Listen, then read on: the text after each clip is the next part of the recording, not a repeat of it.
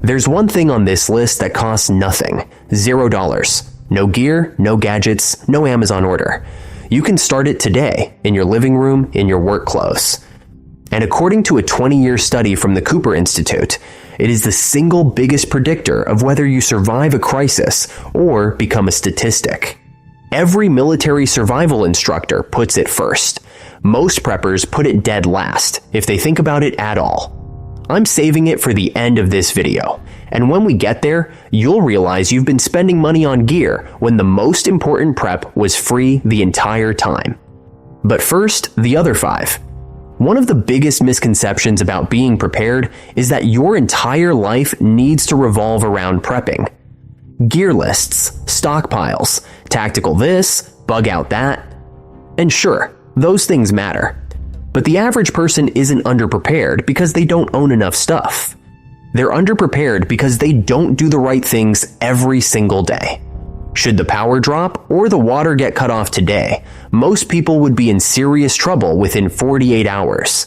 Not because they don't own a flashlight, because their phone is dead, their car is on empty, and they've got $6 in their checking account because payday isn't until Friday. I'm Max. And today, on Outfox Apocalypse, we are going to cover 6 daily habits that will keep you alive when the grid goes down. Not gear, not purchases, habits. Things you can start doing today that cost almost nothing and change everything. And that last one, the free one, the one that the military teaches before they hand you a single piece of equipment, that's the one that most people watching this video are ignoring right now. We'll get there. And before we start, let me be clear about something. What I'm telling you here is not AI-generated content, despite what some people like to claim. This is what I live by. This is what I carry. This is the minimum without which I don't leave the house, whether I'm on foot, in a car, or on a motorcycle. Those of you who've been following this channel know I got banged up pretty bad on a motorcycle ride not too long ago.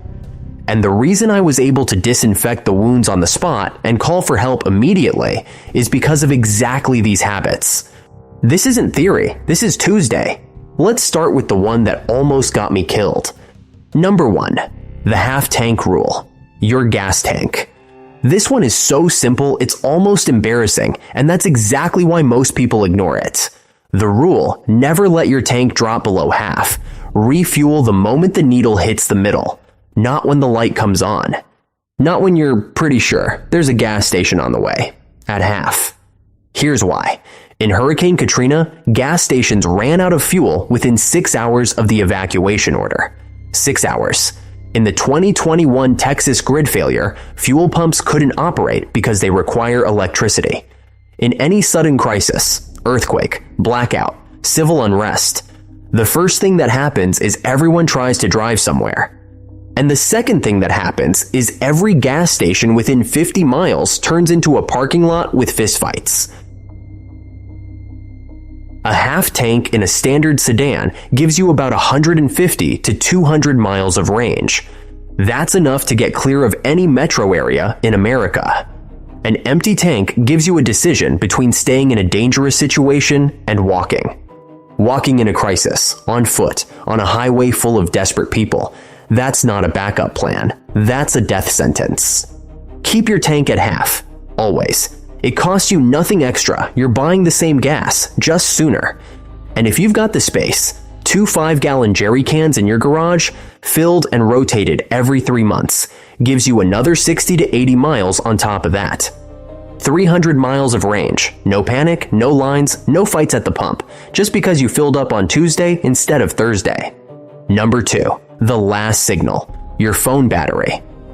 Your smartphone is probably the single most valuable survival tool you own, and you treat it like it's indestructible. In the first hours of any disaster, your phone is your only connection to emergency alerts, your only way to reach your family, your only map, your only flashlight, and your only camera to document damage for insurance. A dead phone in a crisis isn't an inconvenience. It's a blackout inside a blackout. The average American phone battery hits 20% by early evening. 20%. That's a couple of hours of active use before you're holding a glass brick. Here's the fix. Chargers everywhere. One by your bed, one in the office, one hardwired in the car. This isn't about being paranoid, it's about being realistic. You're going to be somewhere when it happens, and there should be a charger within arm's reach wherever that somewhere is. But here's the piece most people miss: a $30 battery pack. Anker, Basius, any reputable brand, 20,000 milliamp hours.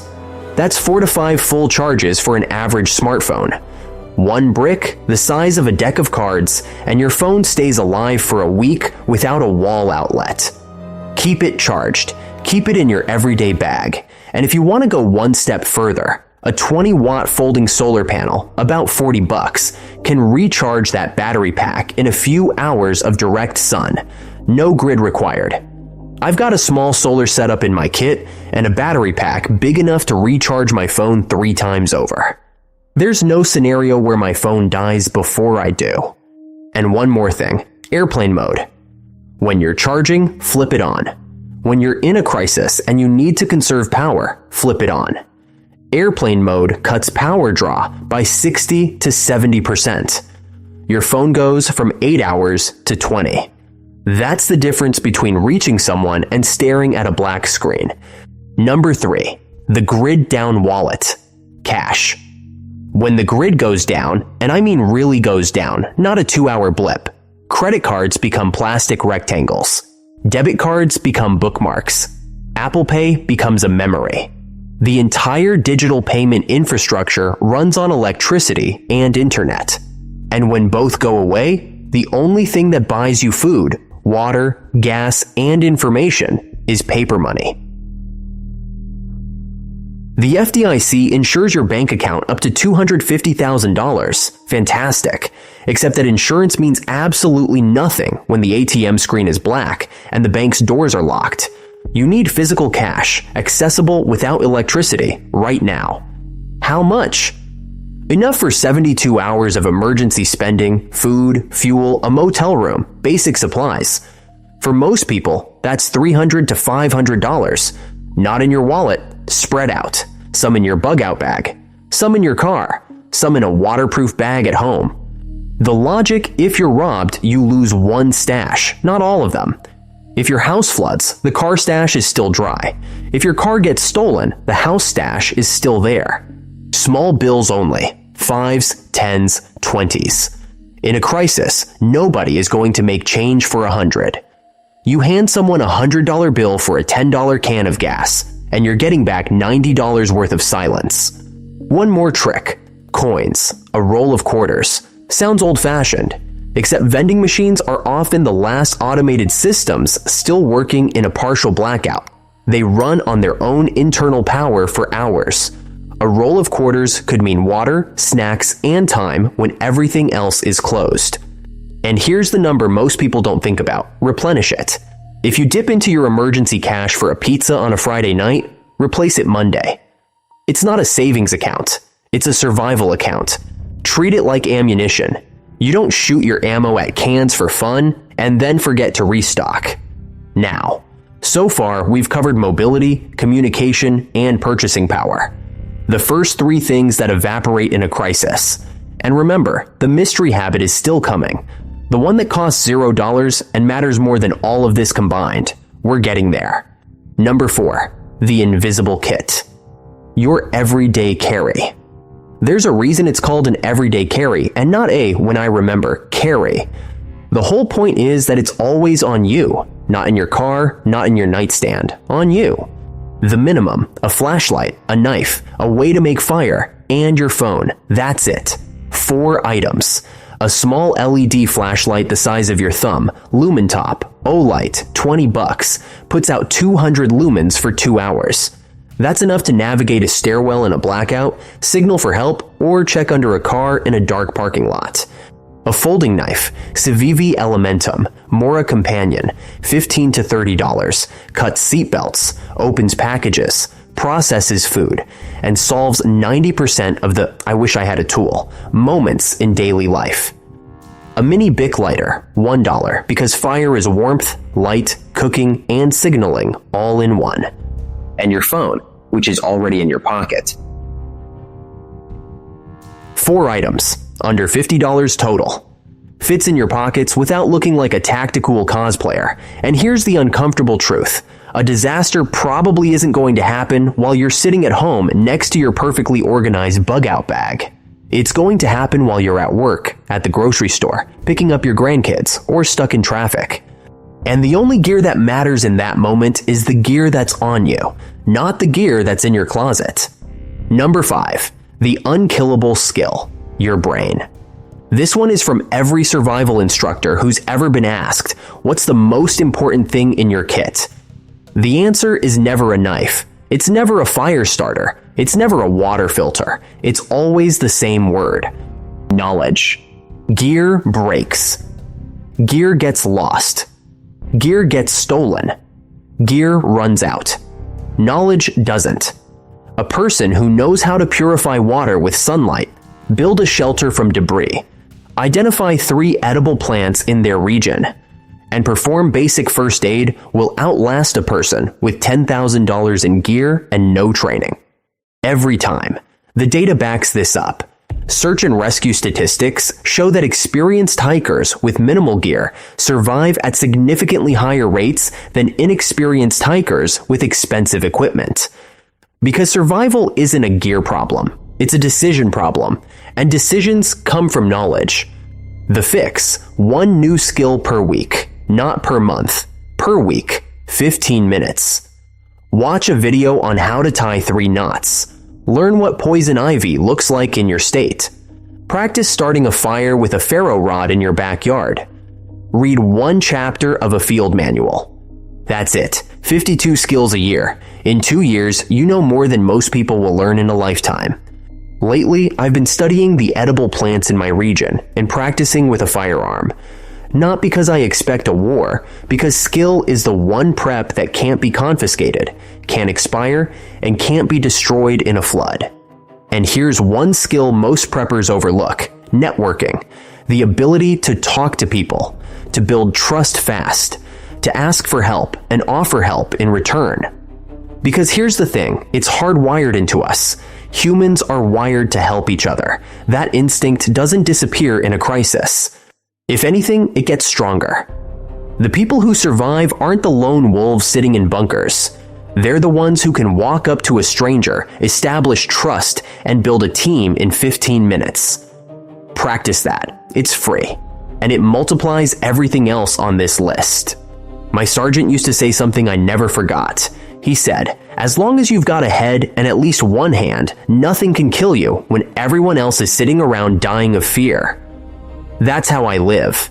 And I've got a video on this channel with a full list of skills that will help you survive any collapse with nothing but your bare hands. Go watch it after this one. What skill could you start practicing today? Drop it in the comments. And now, number 6, the one I've been holding back since the first sentence of this video. The $0 force multiplier, your body. And I need to slow down here, because this is the one that the prepping community gets the most wrong. You can own every item on every list from every survival video on this channel.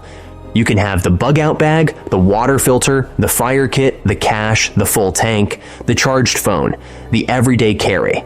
And none of it, not a single piece of it, matters if you can't carry it a mile. A 20-year longitudinal study from the Cooper Institute tracked over 50,000 men and women. The finding, cardiorespiratory fitness, was a stronger predictor of survival from all causes than smoking status, blood pressure, or cholesterol. Stronger. A fit smoker outlived an unfit non-smoker. That's not opinion. That's 20 years of data on 50,000 people. In a real crisis, you're not sitting on your couch sorting MREs. You're walking, you're carrying, you're hauling water, moving debris, climbing stairs because the elevator is dead. You're doing manual labor your body hasn't done since your 20s, and your body will either perform or it won't.